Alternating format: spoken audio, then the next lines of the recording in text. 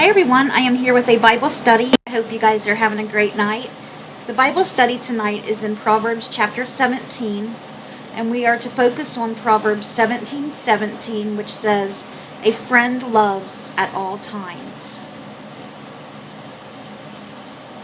Okay, so let me go ahead and read all of Proverbs 17. There's a lot of Proverbs in this.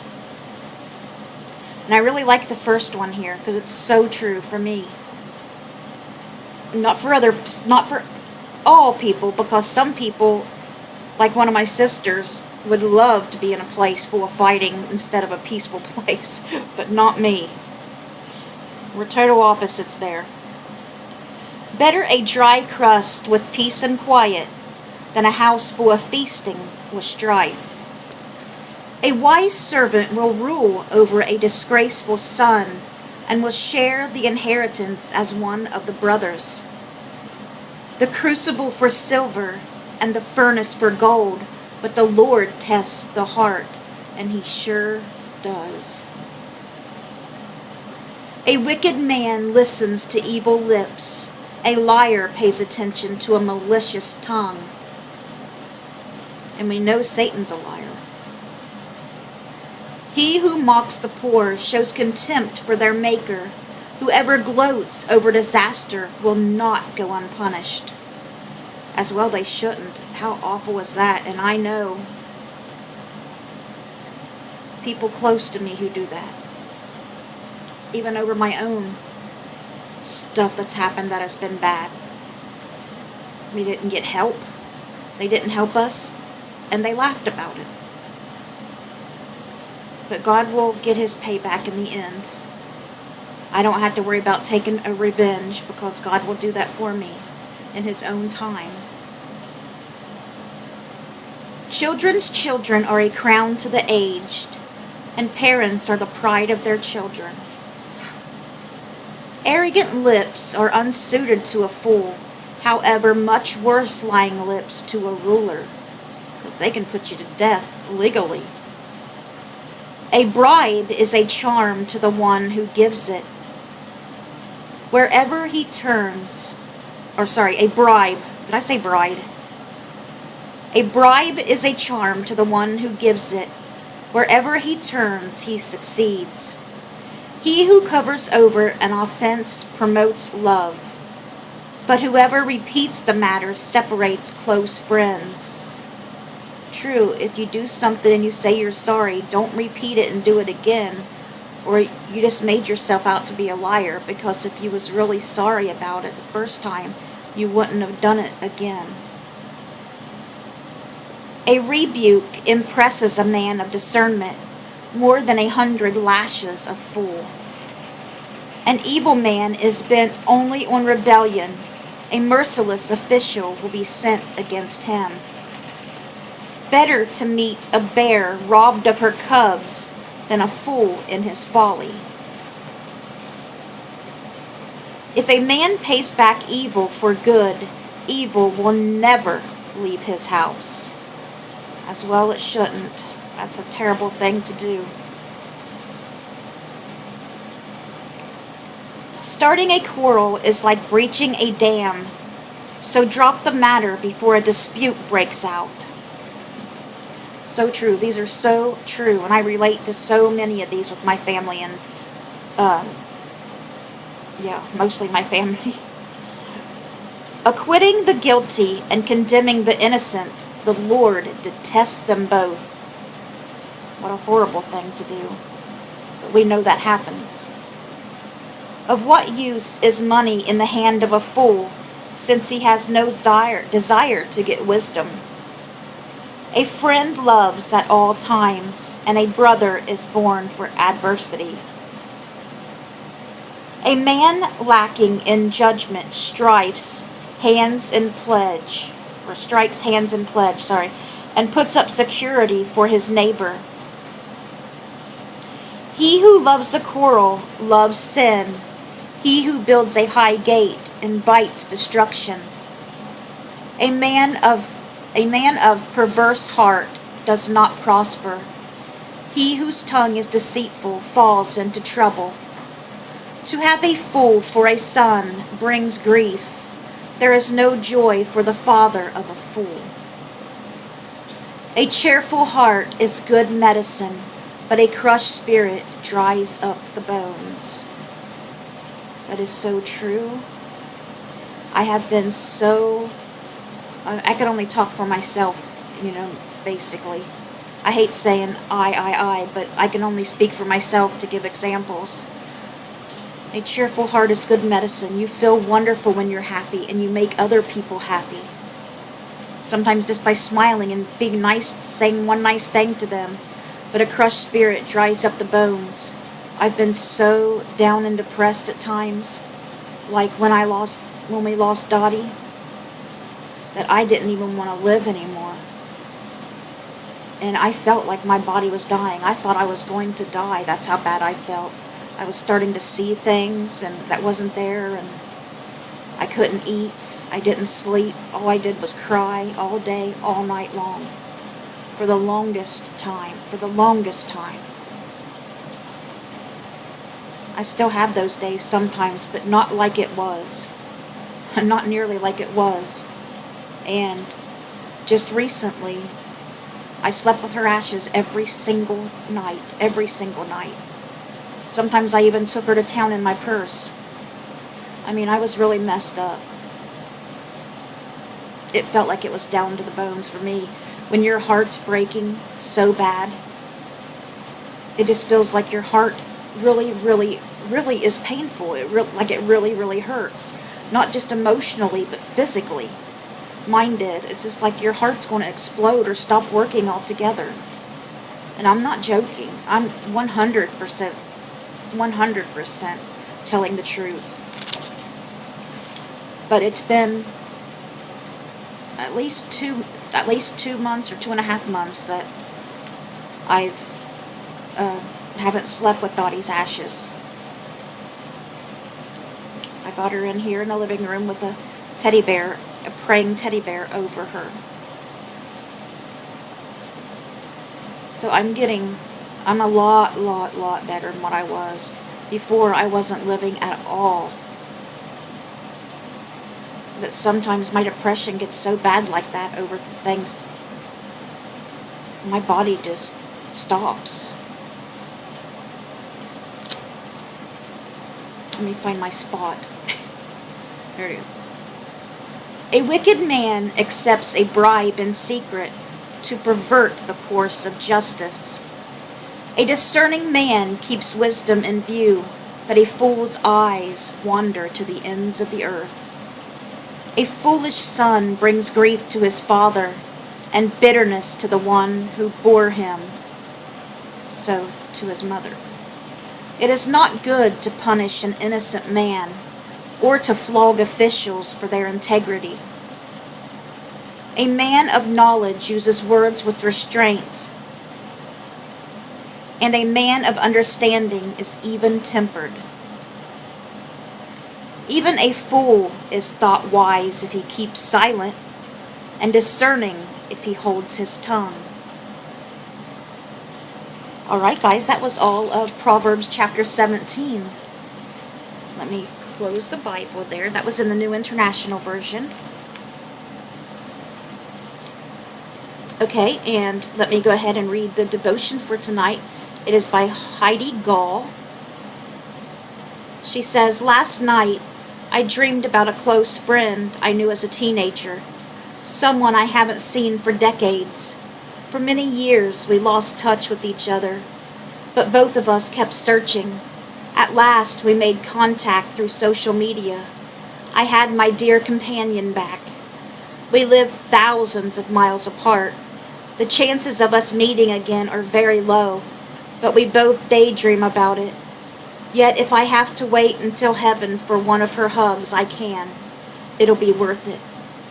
For now, I'm happy with our steady interactions, both online and during phone conversations. I occasionally attended church as a child, but didn't give my life to Jesus until my 20s. After I made that commitment, I could see how much His presence had been missed in my young life. How could I miss someone I barely knew? Oh, you can. Yet I did. I needed him. Always had, more than I realized. And so many people are missing out on Jesus. And it feels like something's missing in their life, but they don't know what it is. They could have all the money in the world or nothing at all, but feel like something is still missing. Something is missing and they need it filled. They just don't feel whole. And that is Jesus. That is Jesus. They just don't know it or won't accept it. But if you do, then you know that that was true. That it was Jesus you were missing all this time. And trust me, he misses you too.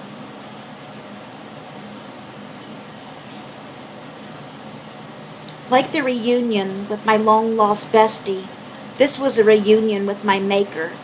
And it was at this point when Jesus' tenderness poured into me like oxygen as I lay gasping. He brought me to abundant life. Christ and I stay in touch day and night through prayer, Bible study, and the countless blessings he shares with me. When I'm down, he lifts my spirits and he builds me up when my strength is flagging. Sometimes I can almost feel his hug as real as any other loved one's. My dream of an actual embrace from Jesus will come true the day he'll wrap both arms around me, welcoming me to heaven. For now, his magnificent love is enough. Can you imagine that?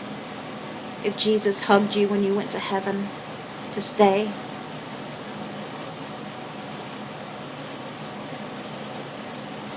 I wouldn't want to move. Or I'd be scared. Wouldn't feel, worthy to be hugged by Jesus.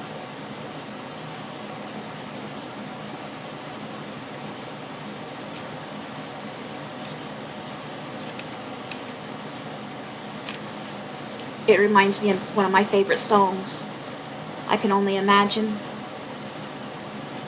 If you've heard it, you'll understand. If not, you should really look it up. I Can Only Imagine by Mercy Me. They're a Christian band. They're really good.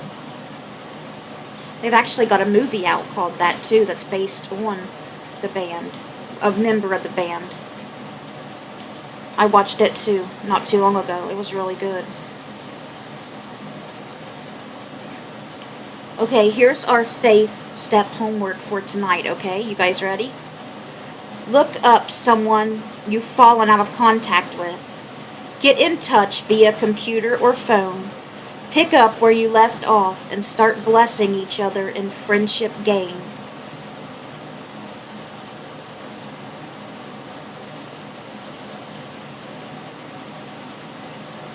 That'd be nice. I think I know just the person for me, so 2 people actually. I think I'll send them both a message on Facebook tonight. You never know what's going to happen, guys. I debated on whether even mentioning this tonight or not.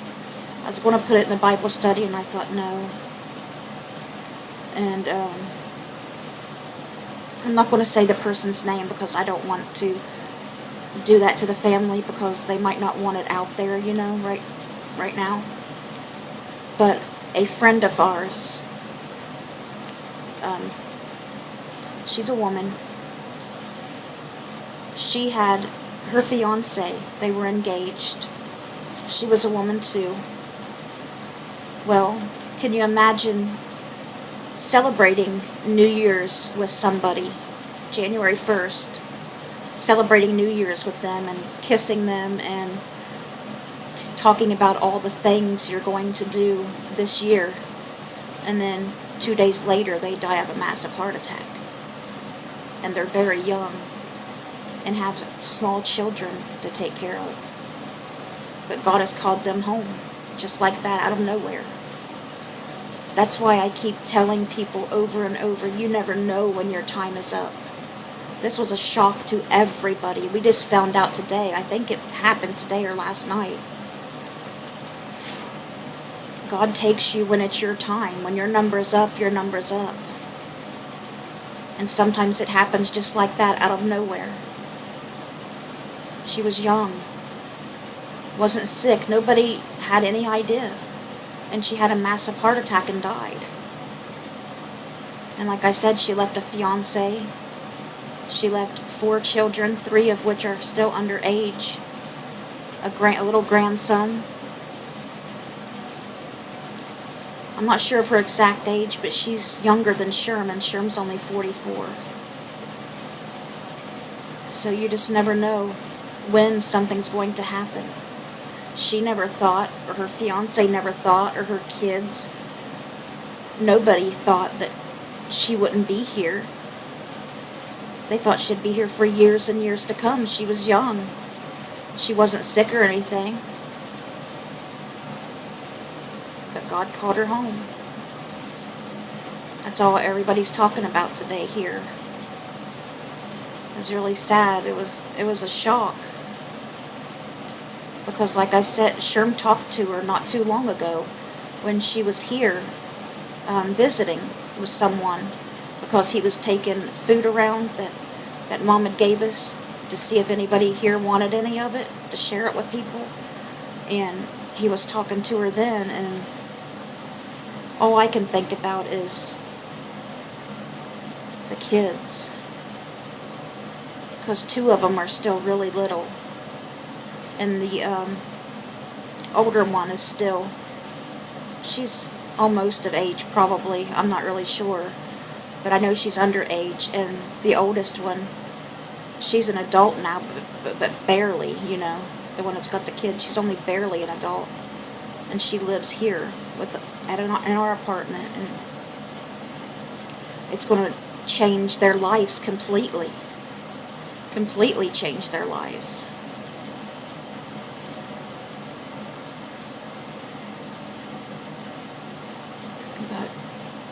And I don't know how many kids her parents had, but someone else I also knew, and I didn't know they was related until I seen them posting about it on the page. But her brother had just died unexpectedly, fallen from a tree not that long ago, a year or 2 ago. I went to school with him, and was pretty close, you know, and now she died unexpectedly as well. I mean, it's one thing having one kid die unexpectedly like that all of a sudden, but 2, especially if they're both of your kids. No parent wants to outlive their child, and any parent that has will know how much grief they're probably in. And if you've lost one of your parents when you were a little kid, you'll know what these kids will be going through. Even the older kids.